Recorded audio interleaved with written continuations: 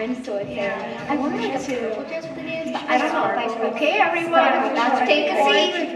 We still have a few minutes before the bell rings. I need your attention, guys.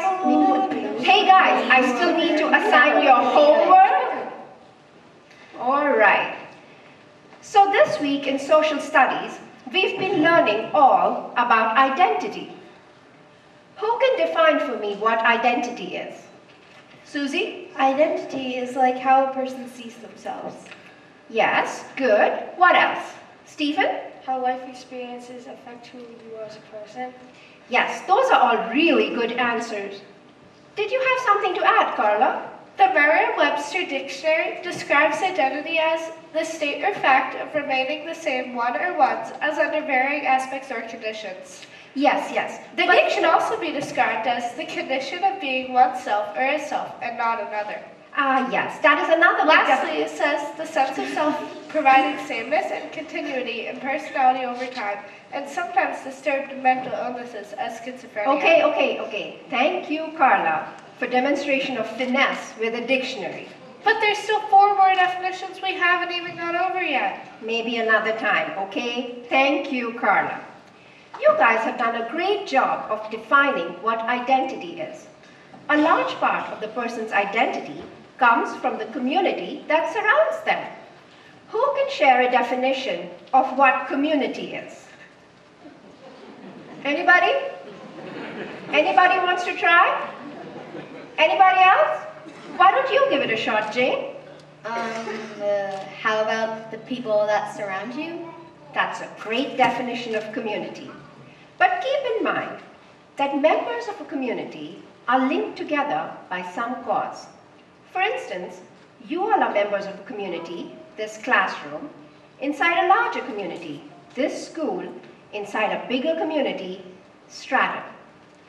Now, this weekend, I want you all to write a 3-page paper on how your community has defined who you are as an individual. Be forewarned, this will involve a fair bit of research into the history of your community. Say, for example, the history of your town.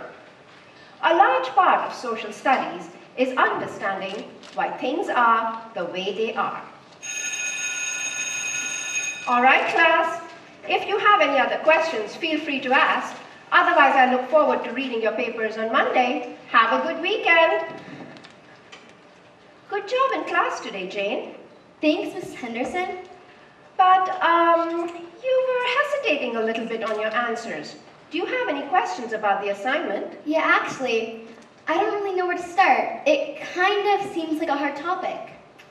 Yeah, I might be able to help you get started. Which town do you live in, Jane? Stratham. Ah, yes. Very good. I have just the thing. Take a look at this. What's this? All about Stratham? You think this will help me, Mrs. Henderson? I do think so. But I would encourage you to pay particular attention to the early part of Stratham's history. This year is the town's 300th anniversary, you know. Wow, 300 years? That's a long time. They should have a celebration or something. And ooh, they should have parade and parties, at special events. Maybe they can even write a play about Stratham's history. Yes, that sounds like fun. But I would encourage you to finish your research first. The paper is due Monday, you know. All right, Mrs. Henderson. Thanks for the book. I think I'm going to the library and figure out some other books I might be able to use. All right, take care. I hope I didn't give the students more than they can handle. I want them to be able to think critically about social studies and history, but this assignment may be too much for them. Nonsense, Julie. What are you talking about? Let them interpret their own histories. It's a good exercise for them. Let them learn from their past and apply it to their future. And I guess I will too. If this assignment ends up being a fluke, I'll take it out of the curriculum. Geez, Julie, relax. You're stressing out. Have a 5th cup of coffee. Decompress. Nurturing young minds takes so much out of a person.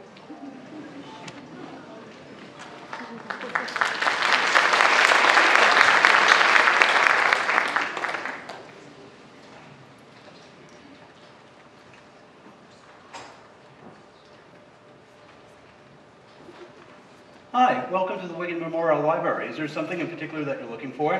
Yeah, actually, I was looking for some history books in the town of Stratham. I have a project out this weekend, and I need all the help I can get. Say no more, say no more. I've got the perfect section with your name right on it. Come, follow me. Wow, there's a whole bunch of books.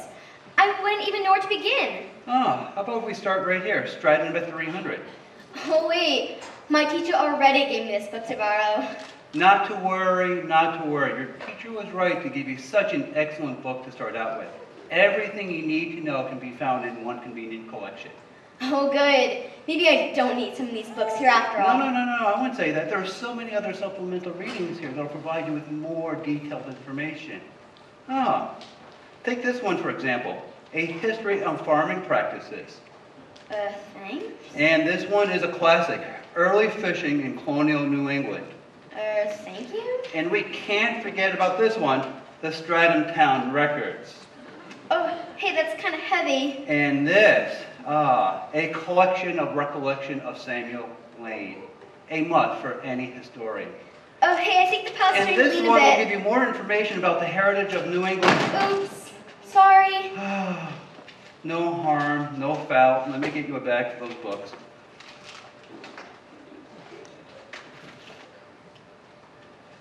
There. Now let's get you all checked out. My, oh my. We have gotten you a lot of books, haven't we? Such an avid reader. I sure hope you have room in your car on your ride home. Well, You're strong, but boy, there are a lot of books here, aren't there? excuse me? Yes, is there something you want to say? I walked here. I live down the road. Oh, good luck.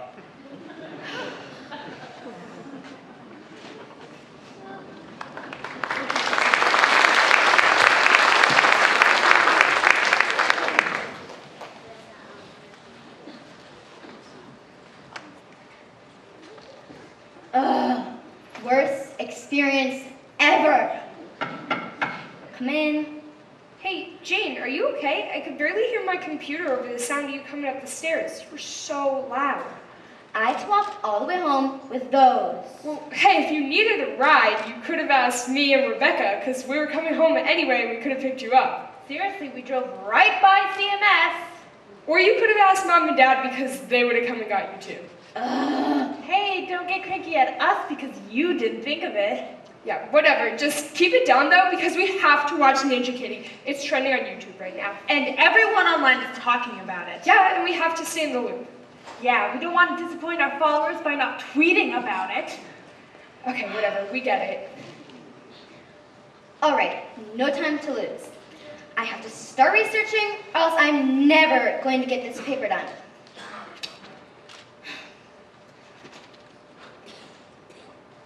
Well, here goes nothing. Stratham, New Hampshire. This town's rich history is intriguing and unique, with its share of exciting tales and happenings. This collection highlights its occurrences, and blah, blah, blah. Skip, skip, skip. Introduction. There we go. Chapter 1. The early history of Squamscott Patent.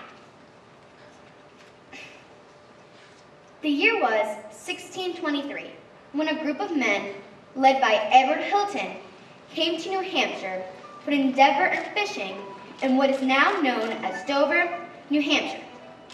Now at this time, many land grants were awarded to individuals or groups who sought to make lives for themselves in America. People came to the area for a variety of reasons, for religious purposes, for economic prospects, etc. The land grant from which the town of Stratham developed, the Squamscott Patent, was granted to Edward Hilton and Associates in 1630. This gave the group of settlers permission to work the land and harvest resources from it. A certain Thomas Wigan took charge of Edward Hilton's land grant 1 year later, in 1631, and was eventually charged with the task of setting up a plantation between Exeter and Dover. as the group of settlers became more and more successful in their collection of resources, the time came when they wished to spread out and find more resources to maximize their profit. More land grants were assigned to more settlers, and European settlers began to spread across the region. But these land grants weren't always clear-cut. Disputes broke out concerning where grant lines were, and sometimes, unfortunately, people found out the hard way that some of their land grants overlapped with the grants of others. Hey! I think we should start in our town. Yeah! Hey! I think we should keep things the same. Yeah! Some land grants had to be purchased from the various Native American groups that inhabited the region in question, such as in the case of John Wheelwright when he purchased a land grant from what is now the town of Exeter in 1638. Other land grants, like the ones received by Hilton, had already been transferred to English interest groups. Edward Hilton's interests led him to settle in South Newmarket or Newfields, whereas Thomas Wiggin settled in modern-day Stratham. Later in 1656, the Swampscott patent was split once more into 3 smaller land grants. 2 of the 3 land grants came under control of Thomas Wiggin. One was awarded directly to him, and the other was awarded to a company that he led. These 2 land grants put together are roughly what Stratham is today. The Swampscott area was very successful, and the population continued to grow into the 18th century. But soon, residents of the Stratham area, who totaled 35 families at the time, began to petition to become their own township. Not everyone approved, however, as some protested the idea of incorporation and staying a favor of a part of Exeter or becoming a part of Greenland. This issue was discussed at subsequent town meetings. Town meetings, eh? My parents go to town meetings, and those really don't sound too fun. Imagine sitting in a tiny room with all those clothes on, listening to a bunch of boring guys talk about boring stuff for hours and hours and hours.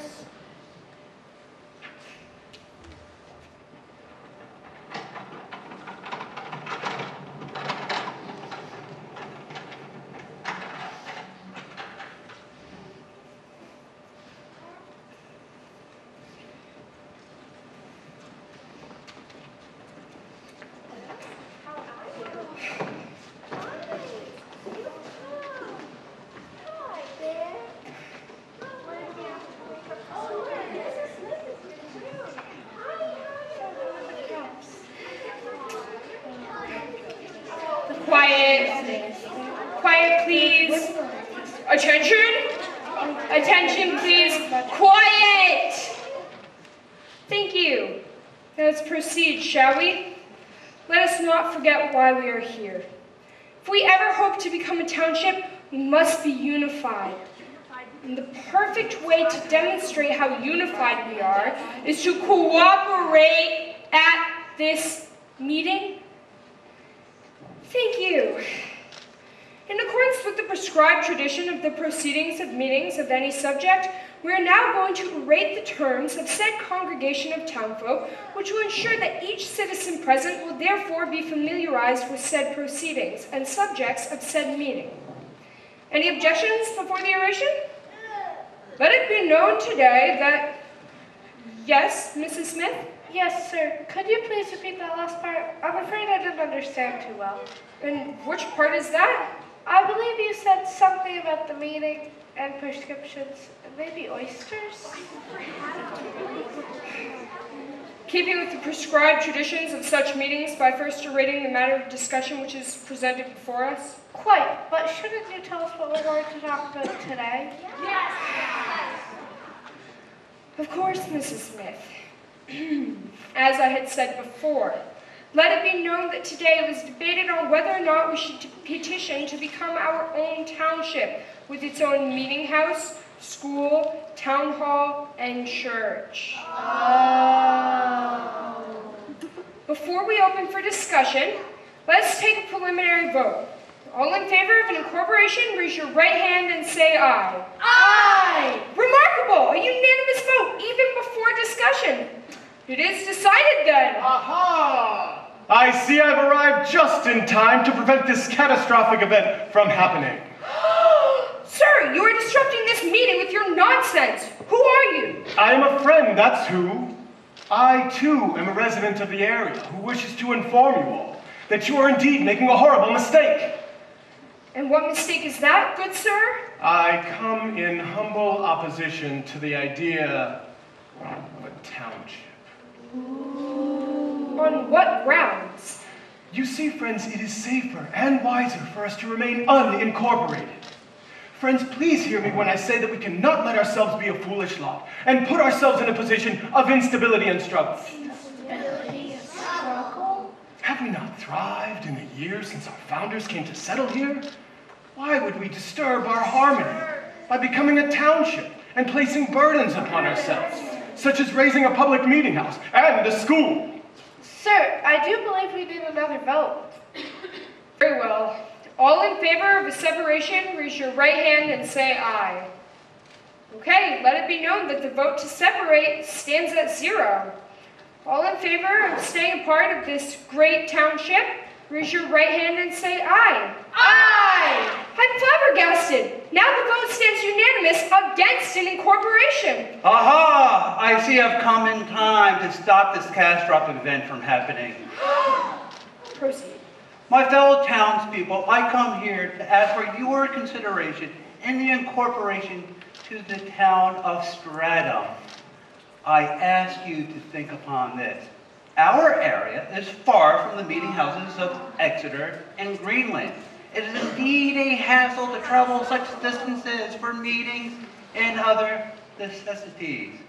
We can all agree that we feel detached.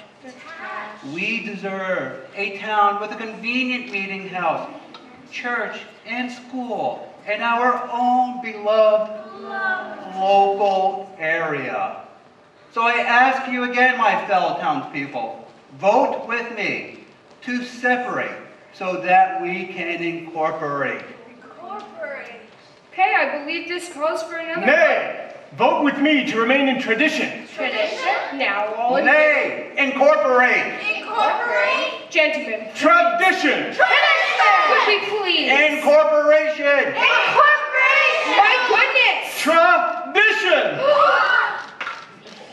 Order, order, order, order, order.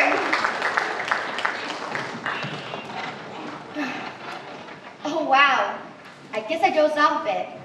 Oh, darn. It was just a dream. I really want to know what happened.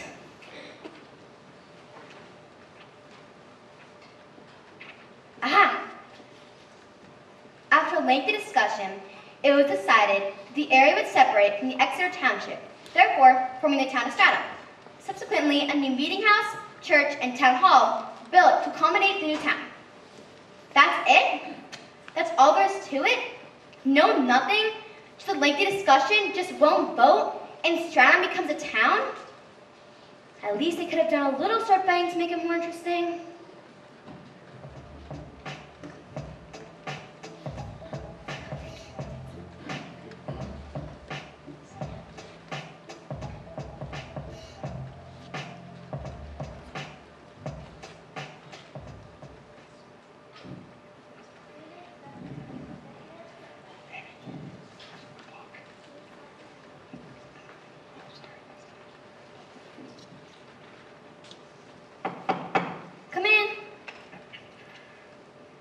Hey, Jane. I got a phone call from Mrs. Patterson down the road. She was wondering if you would help her out by cleaning out her attic this weekend. She'd be willing to pay you a couple of dollars if you help out. I told her you'd be happy to. But Dad, Mrs. Patterson is so mean. Whenever I walk by our yard, she yells at me to get off her property. I admit that sometimes I cut through her yard when I'm coming home from school, but sometimes I'm not even on her yard, and she still yells at me. Mrs. Patterson has been in a very tough spot since Mr. Patterson passed away. I think it would be good of you to help her. She's getting ready to move to a smaller house very soon, and she still has a lot of Mr. Patterson's things she needs to get out of the attic. Moving is stressful as it is. As I said, I think it's a good idea if you help out. But Dad... Jane, I already told her you would do it. She's willing to pay you if you help. No, that was very nice of her, but even if there was no money involved, she's our neighbor, and it's nice to help out your neighbor. But Dad... Jane, please. I have a very busy day today. I have a lot of errands to run, and I don't want to hear from your mother that you were complaining all day. Yes? Yeah. Thank you. Now, have a good day. I'll be back later tonight. Great. Now I have to do that this weekend? All she's going to do is yell at me because I didn't do something right or something like that. I'm not looking forward to it at all. And to top it off, I have another thing to worry about in addition to writing and getting his paper done. Ugh. I bet you way back when people had so many more things to worry about, they clean out their own attics. I mean, people had to worry about their farming, their families, where their food was going to come from, weather, their work, so many things. And to top it off, everything was so much harder to do back then. They didn't have time to worry about anything else. And that is the story of Stratham's ecological history. Fantastic. I can only hope the next topic is just as exciting. The witch of Stratham? Stratham had a real-life witch at one time? This is the best topic I've read in this book yet.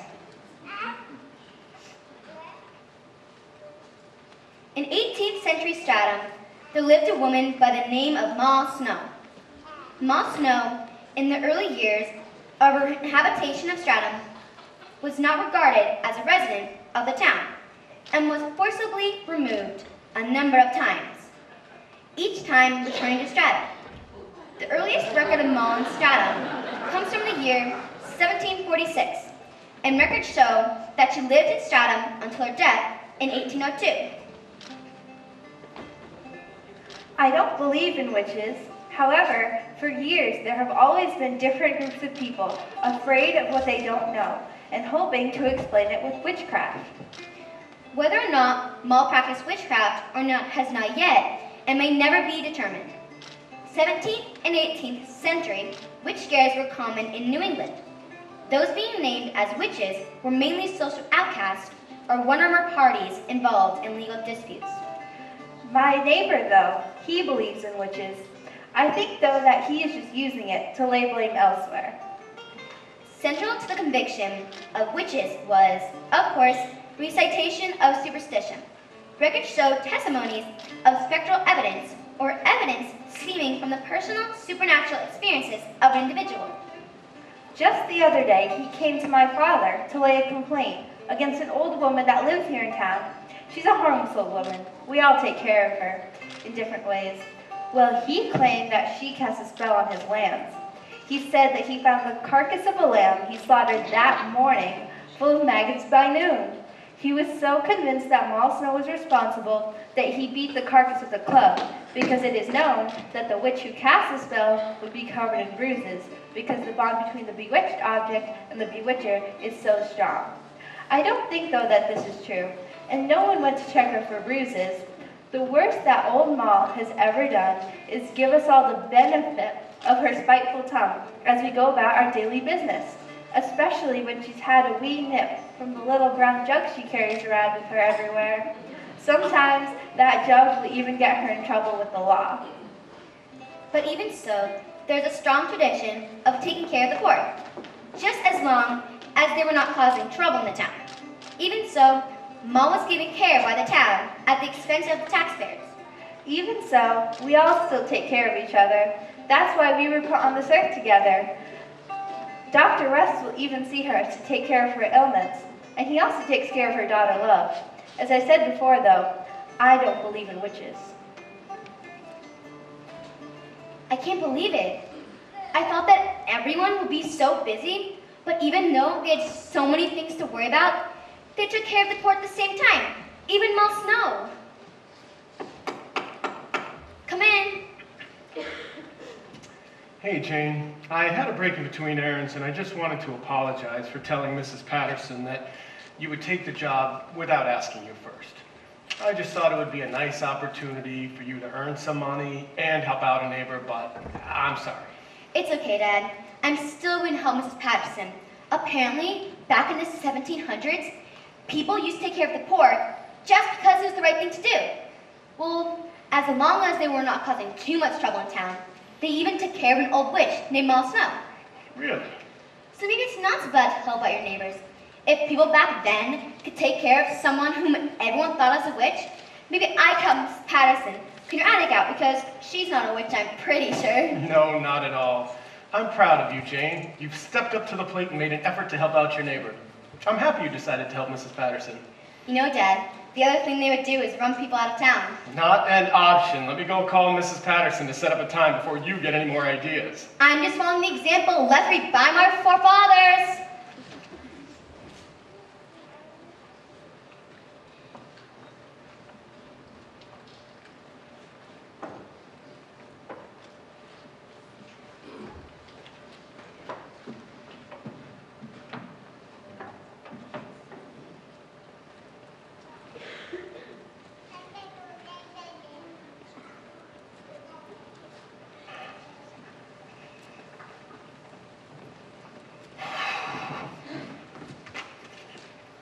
You okay, Phil? I just got an email from one of my coworkers. Apparently, she's got a problem with the way management wants to handle this big project at work. So she's wanting me to help her do the project in a way that's totally different from the way management wants it done. I mean, she does bring up some good points as to why her way is better. But I know that if the project fails and management finds out it's because we did it in a different way, we're all going to be in trouble. I don't know what to do. And it's really stressing me out on top of everything I have to do today. When's the project due? 2 weeks. It's not a lot of time at all. Honey, you'll have to go with your gut on this one. But you don't need to make a decision right now. Mull it over, sleep on it, and then make a decision when it comes time to work on Monday. You'll worry yourself sick at this rate. Yeah, Dad. Try to relax about it, okay?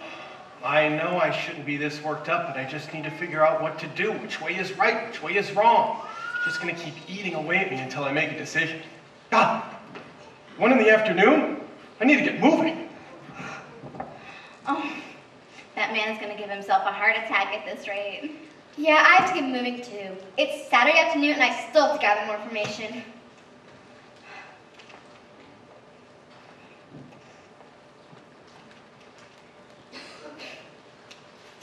All history depends on the careful keeping of records. Samuel Lane, who lived from 1718 to 1806, was considered a Renaissance man of the 18th century, a jack of all trades who was wise and well liked by his peers. He studied from an early age in the professions of tanning, shoemaking, and land surveying. His daily journals were kept immaculately so that even 18th century weather patterns can be derived from his records. But in addition to these important contributions, Mr. Lane was an admired and trusted politician. His input on many of the issues in New England at the time reflected patient thought and careful consideration of both sides of the story. No issues of this time period were greater than those that surrounded the pre-American Revolution era from 1764 to 1775. For example, the Stamp Act, enacted by the English government under King George III, taxed all paper products. A special stamp will be placed on the product, stating that the tax had been paid. The funds from this and other taxes of the time period would in turn go to paying the debt that the English owed fighting the costly French and Indian War, which ended only 2 years before. Some colonists thought that this was a fair use of their tax money and opted to pay the tax. Some colonists complained that with these taxes, such as the Stamp Act and Sugar Acts, were being placed on the colonists without having first had an equal say in Parliament over the matter. The phrase, "no taxation without representation," arose out of this time period. Samuel Lane would have been presented with several different choices: pay the stamp tax, protest the Stamp Act, or remain neutral. Because he was such a public figure, his action would set an example for the rest of Stratham. One can almost imagine the mental unrest Samuel experienced during such a tumultuous time. This must have been terribly hard.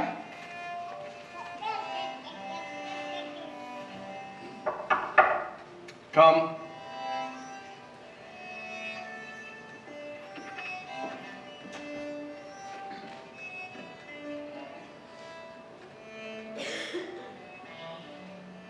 Papa? Sam, it's good to see you. What brings you here? Joshua told me in the barn that you desired me come directly. Yes, that is right. Pray pardon my forgetfulness. And Mama said I would find you at your books. Well, she was right, as you can see. Aye, but I would have known it anyway. She also said that you were mightily vexed since you returned from Portsmouth yesterday. Your mother is weak in body, but not in mind. She reads me like I read these books. Well now, you've always taught me the virtue of honesty, haven't you? What is it exactly that you mean to say, sir? I mean to say that you are an open book to everyone in your family. I've never known such a cove as you as hangs out his honest heart upon his sleeve. We all can read you. And we've all been worried for your sake, too. What is it?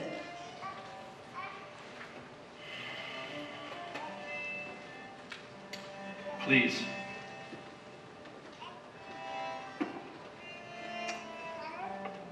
Sam, do you remember how I told you about how I was given an appointment by Governor Wentworth when you were still quite young? How he made me assistant surveyor of the entire province? I do.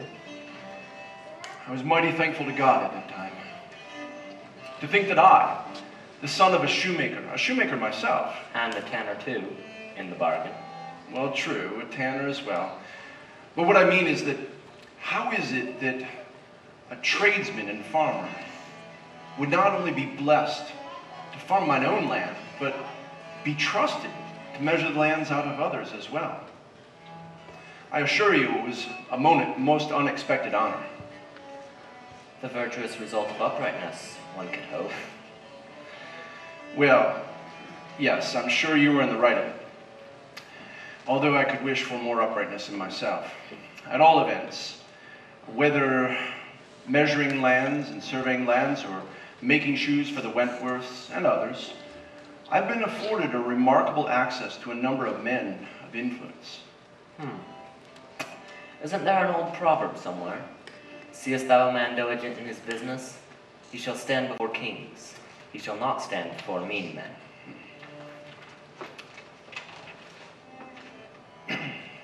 Tell me, do you see anything in this newspaper about the Stamp Act that surprises you? Not truly. It is the same complaint we all have, sometimes more warmly expressed, sometimes less. It is just ideas. Yes, but ideas, when they form into words, sometimes have very dire consequences. What do you mean? Well, you see, when I was going to Portsmouth this time, I stopped, as I so often do, at Enoch Clark's tavern for some ale and to give the horse a treat of oats.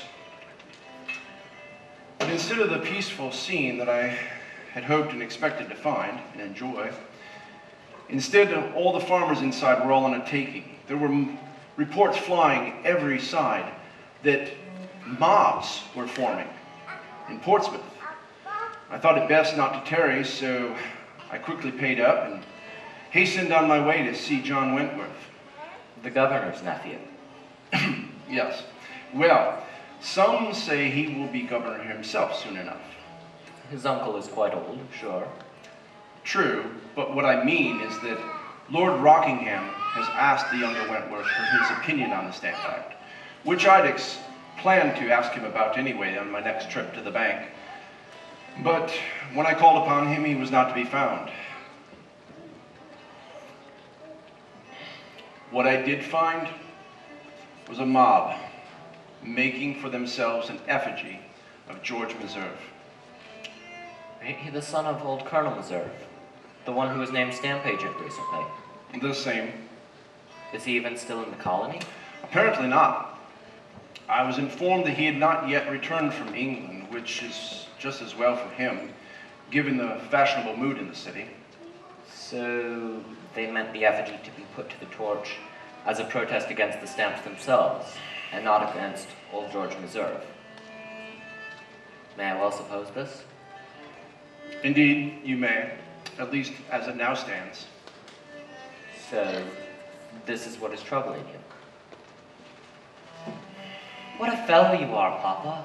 Come, are you not yourself opposed to the Stamp Act? Why, just look at all the paper you use. And what about all the books you own? Do they not now number something over 200 volumes? Well, 307, actually. And pray, where would you get such a fortune to pay for the stamps? You would have to sell off Susanna's dowry. Well, Sam, I agree. I'm taxed quite enough already, I should think, but still, I worry about what is happening. Of what? These are just a parcel of jack puddings in a ferment, Papa, and nothing else. Did they in fact do any real harm to person or property? Well, no. Not in the manner in which we've heard of from the other colonies, anyway. See? No, I do not see. It is theatrics. Why, just look at yourself, leaving off drinking your beloved tea and drinking coffee only these days. And for why, I query? Is it not the same thing in your own way? Do you not also desire liberty for your wife, your sons and daughters, yourself? You know that I do. But liberty without bounds, without governance, it's like an unfettered beast. You've never witnessed a bloody-minded mob now, have you? Well, I've hardly been to Portsmouth like you have, let alone Boston. This farm is where I spend most of my hours. You will admit of this, I think. Yes. It is precisely this farm, which is why what is happening in Portsmouth worries me. I have worked long and hard, and God has prospered me.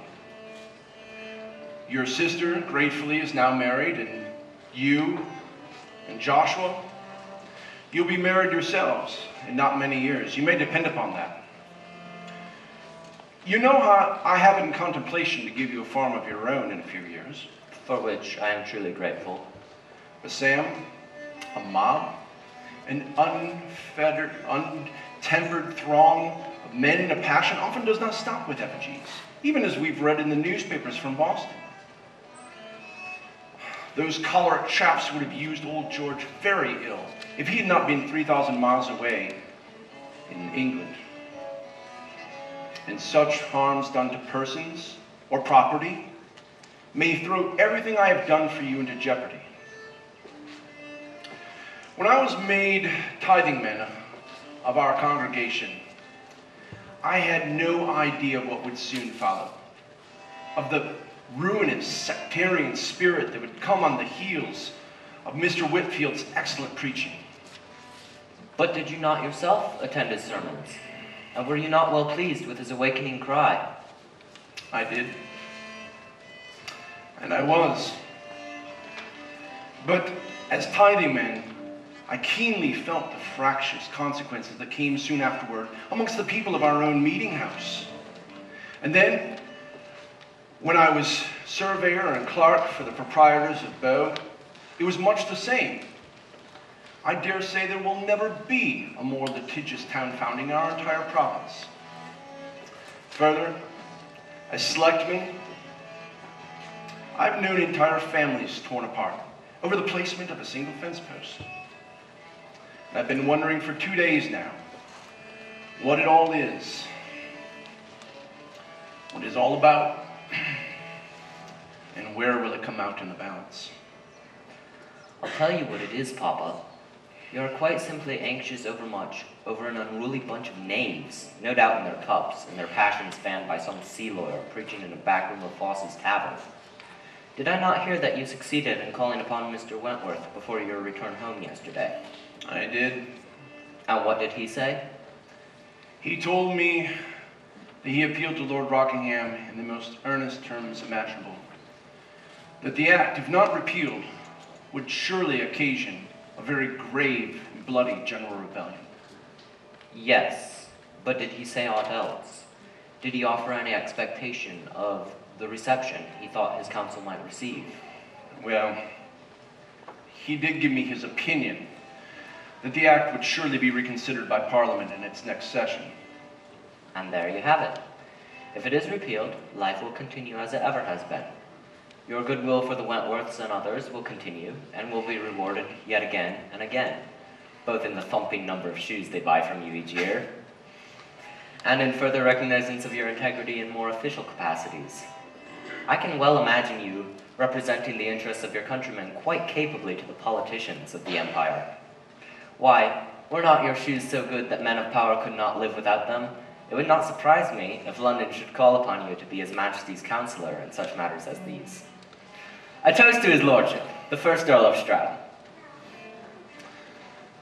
Samuel, I thank you for your encouragements. But you know full well that I would have to be bound hand and foot to ever leave this province for London, no matter what the purse or prestige offered. What?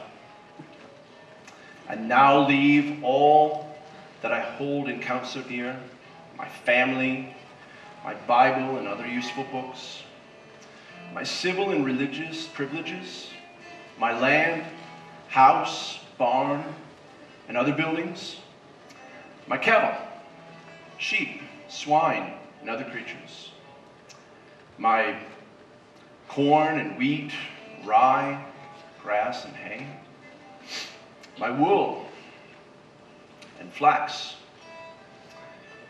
and cider,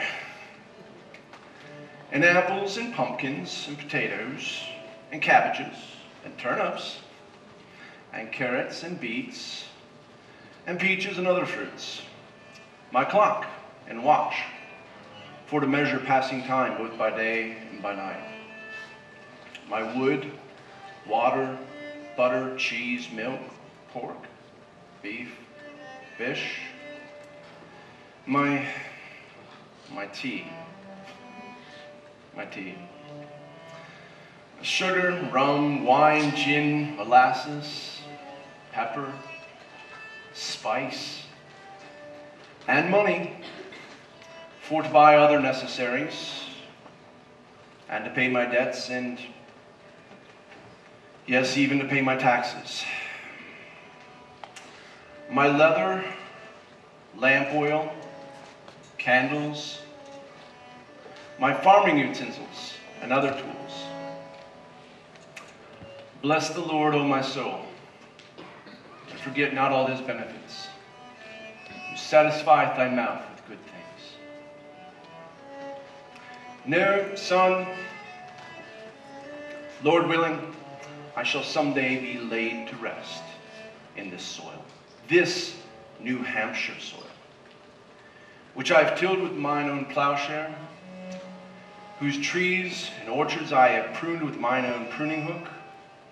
I have harvested this bounty for your mother, your brothers, your sister, you, yea, even for myself. Now, this is my home. Here will I remain.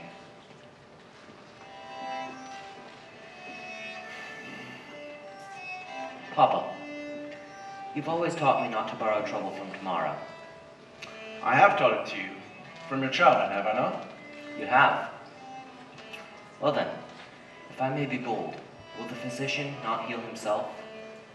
If a breach is to come, do you or I possess the power to prevent it? Sure, I do not think so. Then I can tell you exactly what you must do. You must make shoes, Papa. You must tan leather and survey land and buy and sell here in Stratham and in the bank and the Isles of Shoals. You must serve the governor, the province, your town, and your family to the limit your conscience will allow. You must continue doing what you do so well, so faithfully. You must give us your example, your strength. This is what you must do for Mama, for Joshua, for Susanna, Martha, Sarah, Bathsheba, and poor, weak little Jabez.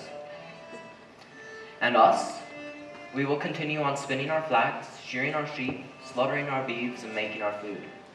Perhaps we'll even help you make shoes or sell a thing or two. And I will continue doing as you have taught me from my youth, tilling the soil, sowing, and reaping. Sam, I'm grateful, and I do heed your counsel. Now heed mine. Pray fervently that our good land shall never be torn asunder by hatred and discord and strife. For I believe that would be a precious cruel price to pay for freedom. Pray God that we shall all be preserved from beating the tools of our husbandry into the implements of war. May God preserve us, indeed. Amen.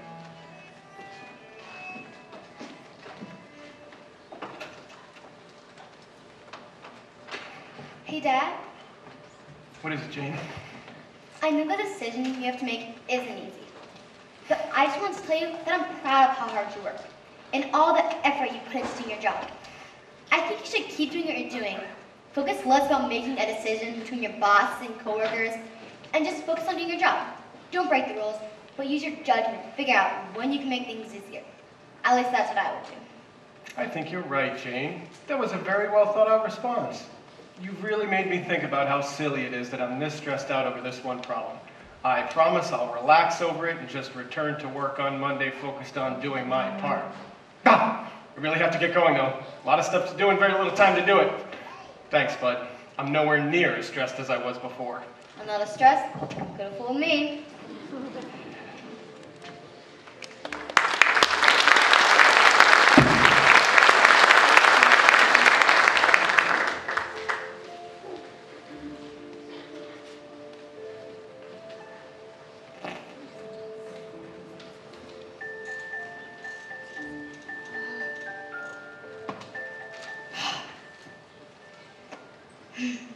You know, I've been reading this book all weekend, and I guess it's interesting and all, but some of it's really hard to understand. They did a lot of things so differently way back when. It seems like the only important events are in the book, and everything else doesn't matter. Town was founded this time, the church split in this year, what's his face died in 1842? This is all good information, but none of it's telling me what I really need to know. What do I do now? I need a sign. Well, that was quick. You really take this stuff seriously, don't you? Yes, she's right here. It's Johnny calling for you from school, honey. I covered up the phone so he wouldn't hear most of the yelling, but just in case I blamed the noise on Erica. Hi, Johnny. Yeah, it's Jane. How are you? I'm okay. I'm just getting bored of writing this paper. I'm so stuck on this topic. What about you? Yeah, me too. I understand. I've tried nonstop to make sense out of it. I guess I just have a bad case of writer's block. Have you written anything? No, not yet, but I've been reading a lot. What about you? Yeah, me too. I understand some things I've been reading, but some of it's really hard to make sense out of. It's like history's a big mix-up jumble of words it's hard to make sense out of. That's what my mom says about taxes. Maybe history is a grown-up subject? That can't be. Or else they wouldn't teach us it in school. I mean, they can't just teach us stuff we don't know and expect us to know it, right? Yeah, I guess you're right. I just wish that there was a way that making sense of history could be easier. Maybe there is. You think we could find it by Monday? It's already Saturday night. Let's hope so. Well, I guess I should get back to trying to write my paper before I have my dance lesson. Let me know if you figure anything out. I will. I hope we can get some writing done before you leave. And I hope you can get some writing done even though Eric is making all that noise. You should really tell her to quiet down. Yeah. Hey, Johnny, I know we both have to work on our papers, but I'm going to help Mrs. Patterson clean her attic out tomorrow. I'm sure she wouldn't mind an extra hand if you come along. Plus, we can brainstorm while we work. Mrs. Patterson? The one who always yells at us when we walk by her house? That Mrs. Patterson? Yes, that Mrs. Patterson. But look, I don't think she's really that bad. What do you say? Oh, all right. I'll let my mom know so she can drop me off. Awesome. Meet me there tomorrow at noon. Sure thing. And now to the exciting world of the 18th century farming practices. There are numbers all over the place. The little numbers at the end of sentences. I've kind of been ignoring them, but something is telling me to try and figure out what they are. Maybe they're telling me how many minutes I've been reading? No, that's definitely not it. What else? Maybe they're pointing me to something. Here we go. These little numbers led me to notes in the back of the book. This one mentions an article written by someone, and this will mention the book. Oh, this must have been where the author let the people reading the book know where they got their information. I wonder if any of this could be useful to me. Whoa, here's a note from a journal. Hey, this journal sounds familiar. It says here that this is the journal of a young boy in the 1750s here in Stratham. His name is James Piper. Here he talks about farming, a common practice that has the potential to give families a good source of food throughout the year. Let's give it a look. The date is Monday, September 14, 1752. I am writing on a rare occasion that I get a break from chores midday.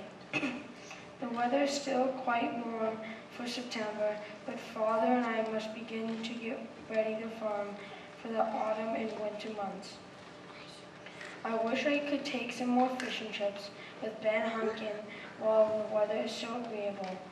I'd rather not work too hard, for the sun heats me too quickly, I find. There's so much to be done. This year, Father has enlisted more of my help than in the past. While I feel as if I am moving into manhood, it is quite a task for a boy of 11. Of course, we must tend to the animals and sell the ones we must in order to uphold ourselves. We must slaughter those animals and prepare the meat to be preserved for the winter months. Crops need to be harvested and sold at market. Vegetable patches must be put to bed. Enough firewood to last the winter must be chopped and stacked. And what's worse is that our homestead is much busier, but also emptier now that Mother is gone. It has been a whole year already since she has passed. Now my siblings have been sent to live with other families because Father cannot tend to all the children and keep up with the farm work. Undoubtedly, my siblings are kept busy with their own chores on the farms they were sent to, so we do not have the time to see each other. Such absence makes our farm eerily quiet most days, save for mine and Father's bustling and hurrying about. It is a bond of family that keeps us together while we are apart. Jane! I must stop my entry, for I have been called away from my chores. J.P. Now this is exactly what I was looking for. Mrs. Henderson and the librarian were right. This book does have everything. The notes in the back of the book led me to the information I wanted. Now I can see how everyday people lived in the past and how my life is so much similar to James. We both have to do chores, and I really don't like to do them. But my mom and siblings are with us. I don't farm, and I don't do nearly as many chores as James did. But we both work hard on the things we do, like how I'm working hard to finish this project, and how James worked hard on his farm. Maybe that's one way living in Stratham, with just many hard-working farmers, has shaped me, even without me knowing. Jane, have you emptied the dishwasher yet, like I asked you an hour ago? No. Well, please do so, and don't make me ask you again, please. Well, I guess it's better than slaughtering chickens.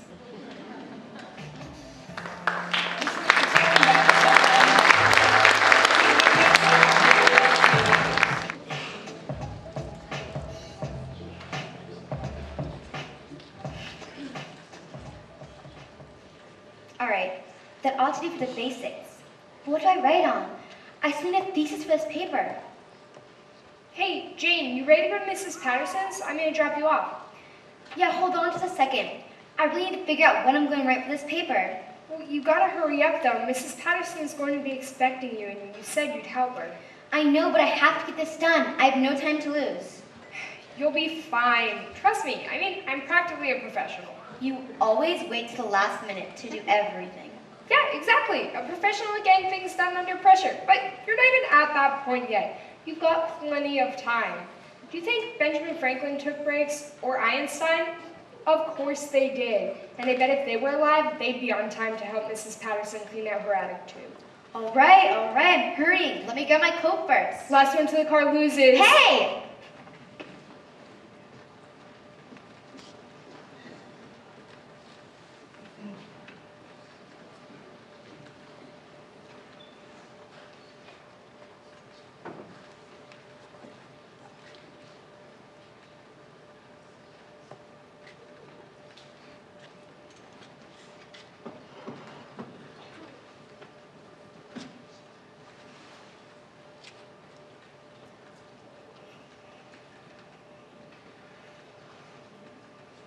Mrs. Patterson? Upstairs! Man, it's dusty up here. Hi, Mrs. Patterson. I hope you don't mind. I brought my friend Johnny to help us. Oh, that's fine. Excuse the mess up here. I've been moving everything around, so it is a little dusty. A little dusty? Well, I'll say. Where should we start, Mrs. Patterson? Oh, let's see now. How about these boxes over here? That's a good place to start. You never know, you might find something neat. Yeah, something neat. Like a frying pan? No, frying pans aren't cool. Yeah, so Mrs. Patterson, you want to get rid of this, right? Johnny, heavens no. Haven't the two of you ever heard of Frying Pan Lane? That's an awfully weird name for a road. I bet you it's named Frying Pan Lane because that's where they used to make frying pans way back when. I mean, people have to cook, right? It makes sense to me. No. It's definitely something cooler than that. Like a frying pan war, where everybody had to whack each other with frying pans because they didn't have anything else. After everybody was friends again, they decided to name the road Frying Pan Lane because they never wanted to fight again. It's a true story. I learned it once in school. Mrs. Patterson, what's your guess? How do you think Frying Pan Lane got its name? It just so happens I know how Frying Pan Lane got its name. I was totally right. Back in the 1700s, there were 4 families that farmed on that road, and they shared everything they had, their food, their tools, and that one frying pan. One frying pan? Yes, one frying pan. One family had a frying pan, and they used it for all their celebrations, weddings, harvest time, you name it, and they used it. And they were so busy, they had to cook their meals for the whole week in it. And then they'd pass it on to the next family down the road. That's why they were called the Frying Pan families. So it's always been called Frying Pan Lane? Well, no, back in, let's see, I think it was the 1920s, they decided Frying Pan Lane was a silly name, so they changed it to Middle Road. And then 50 years after that, they decided they wanted to have its original name, Frying Pan Lane, and so that's what it is today. And all that is true? That's all true, and I remember when it was Middle Road, and that one frying pan has been in my family for generations. Wow, who would have thought? Does everyone know this? I bet everyone has a different idea about how Frying Pan Lane got its name. Well, that's true.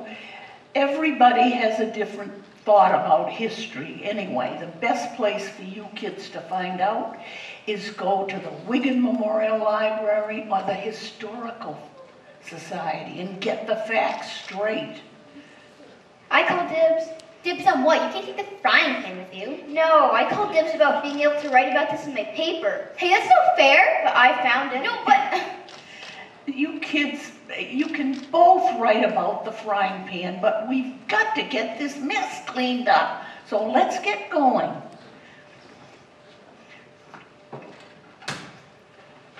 You know, Mrs. Patterson really is a nice lady. I'm glad we came to help her today. Yeah, she even helped us. We'll get our papers done in no time. I guess she's not the old witch we thought she was. Yeah, I guess not.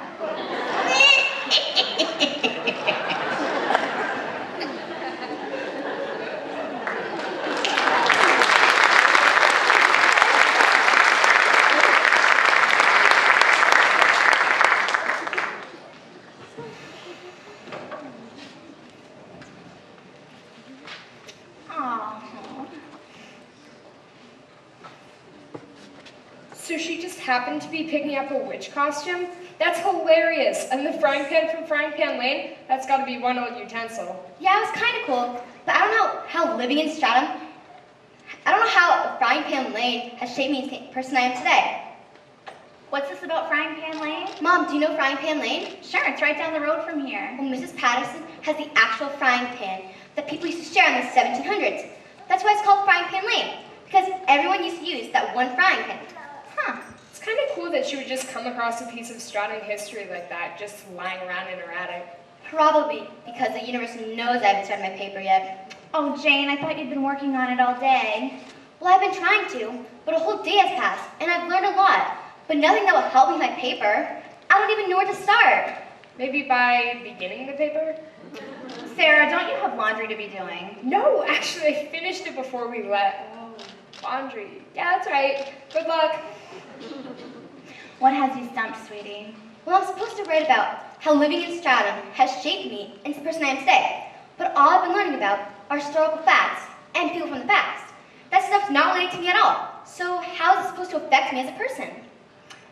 Maybe you've been looking at the things you've been learning in the wrong light. Take a look through this and tell me what pops out at you. Well, I see there's some stuff going at the Wigan Memorial Library. Hey, it's called the Wigan Memorial Library. The Wigans were one of the first in Stratham. I read all about the Wigans. There must have been a lot of them, because they're all over the history books. And a lot of Wigans still live in town, of course. On the Collector's Eye. That's the antique store we always pass on our way to Portsmouth, right? That's right, it's the yellow house by the circle. That looks like a really nice place. I'd like to visit it sometime. You know, I heard that the land it's built on is very historic itself. Who was it they said lived there? Thomas Paine? No, that's the wrong person. Citizen Kane? No, that's wrong. Samuel Lane? Samuel Lane, that's the guy. I read all about Samuel Lane too. Wow, now I really want to check it out. I think I'm starting to get an idea of what I want to write for my paper. Now I just have to figure out how I'm actually going to begin it. Putting pen to paper. Sarah. No, that's right, you should probably type it. Sarah, out. Oh, yeah, might be just gonna snack. Mom, everyone's going to be here really soon. Everyone? Oh, Jane, I forgot to tell you. We're having a brownie sleepover tonight. We're just going to have a little meeting, but the girls are coming to sleep over. I'll try to make sure they keep it down so you can get your work done. They're here. Oh my gosh. Looks like it's going to be harder than I thought. Hi, girls. Oh, let me get that out of the way. How are you guys? I'm so glad to see you. Hi. I hope you don't mind. We're going to have an informal meeting today, but we're going to have a lot of fun working through our badge requirements. Now, who remembers what we talked about last time? Yeah, Katie. We were talking about history. We were talking about history, and we read a news story about history. Who remembers what that was? Wasn't it about these people who had a bunch of old items inside a box? Yes, it was. And what was that box called? Do you remember? A time capsule. Yes, a time capsule. And who can tell me what a time capsule is used for? Laura? Don't be shy, Laura. I think a time capsule is when people put things in a container and put it away for a long time so people in the future can open it up. Excellent. And do you think it's important that people in the future do open it up? What do you think, Erica? Yeah, I think so, because then people in the future can see what's going on. That's right. This year happens to be a very special year for Stratham. It is Stratham's 300th anniversary. Wow! It's pretty old, right? And we are going to celebrate by making a time capsule of our own to put in the town's larger town capsule. So when Stratham is 400 years old in 100 years, people here will open it up and see what's inside. They can see what life was like now in 2016. Cool. Now, who remembered to bring their special items? Great. I brought one too.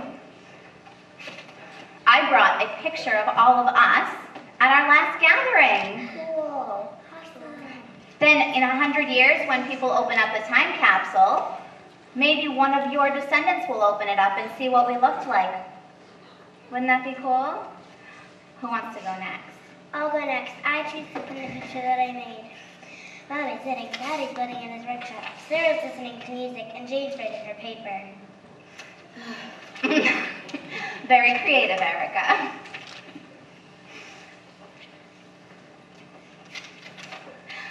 Laura, what do you have, hon?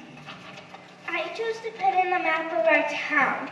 I Put a star where I live and wrote all the names of the people in my family, circled where I go to school, and put a square around Stratham Hill Park and the library because they're my favorite places to go. I want people in the future to be able to see what 2016 looked like and a few things I did around town. Very thoughtful, Laura. Nikki, what do you have? I wrote a letter about myself. I wrote down my name, age, things I like to do, about my family, and what I want to be when I grow up. And I think it would be cool for people in 2116 to know about me. What a great way to think ahead. Thanks. Katie, what do you have, hon? I brought a copy of the newspaper. I thought it would be important for people in the future to know what's going on right now. Not only in Stratham, but in other places too. Plus, there's a lot of great pictures. Yeah, that's true. I'm so impressed with your project, guys. That's very thoughtful. Now, please bring your items to the box. We'll put them all in. This will be so fun. Thanks. Awesome. Now we'll go get it all sealed up, nice and Hey, tight. Mom. Yeah. Would you mind waiting a bit to close the time capsule? Sure, why's that, hon? Oh, I really want to put a copy of my paper in London. I think it's important to let other generations know how a person from Stratham feels about their town. I think that's a great idea. I'll tell you what, why don't you start on your paper and tomorrow you and I can go to town hall and drop it off for the time capsule. Good luck with your paper, sweetie. I know you'll do great. Thanks, Mom. Listening in on your meeting really helped me figure out my paper topic. Now I just hope I don't forget it. I have a feeling this paper is going to be very cheesy, but this is how I really feel, so I guess it's better than nothing. I know what to write about. Now it's just a question of how to write it. Living in Stratham. I've been affected. No, so close. It's really difficult to put into words. It's more of a feeling. It's a feeling of connecting with a lot of history, tradition, but at the same time, I live in such a different world than when the town of Stratham was founded. And we as a town have made so much more progress. We learn from the past and appreciate what it has to offer us, but we also move on. We move on to the future. Like my mom said, many generations of the same families have lived here, each making their own mark in the town's history, but still remembering their own roots here. What's that word again? Oh yeah, heritage. Stratham has a lot of heritage that everyone participates in every day, sometimes without even knowing. There's something about Stratham that brings people here and keeps them here. And I guess that's what makes us unique. We're inspired by the past and committed to the future. Hey, that's pretty good. Someone should write that down. Yeah, that's real nice. More professional sounding. All right, a title. Whew, I'm tired. I could really use a break after using all that brain power. Break's over. Now for the rest of the paper.